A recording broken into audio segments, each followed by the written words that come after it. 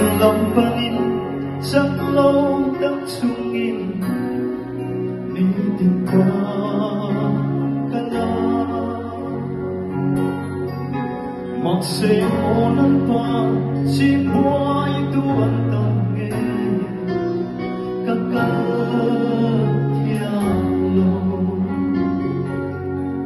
Setakan ni Dingbingbay nang magabaw sa turing, masensang magberlaybon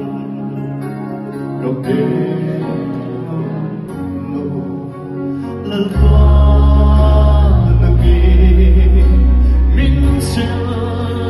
latro itakatiye sa tuwa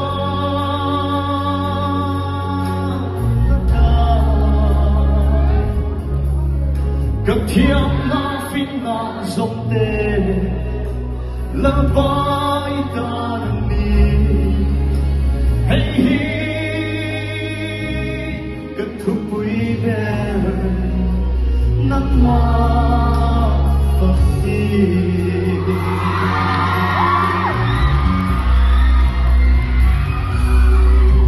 tu na ô na va hay hi na siya Tuga shilse katinglong ang naging minpong min o minlong kursi kaswang na zong tehi miten shereng trin makse lalpanang meron suwani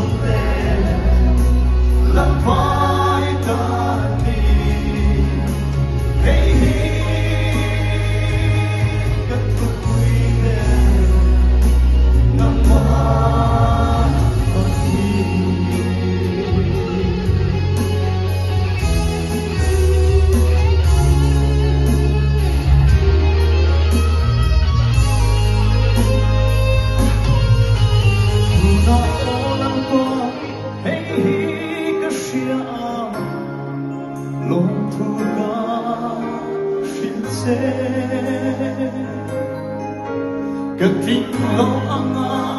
nanging minpong minlaw usi kaswang na zong tehi miten shereng trin makse lalbang ng erong suwanin itay ilsi Imay na ka-fa-fa-fa itagin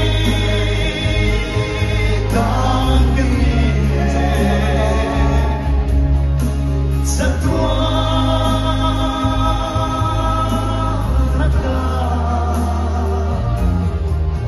katiyang na pinasonde lalpay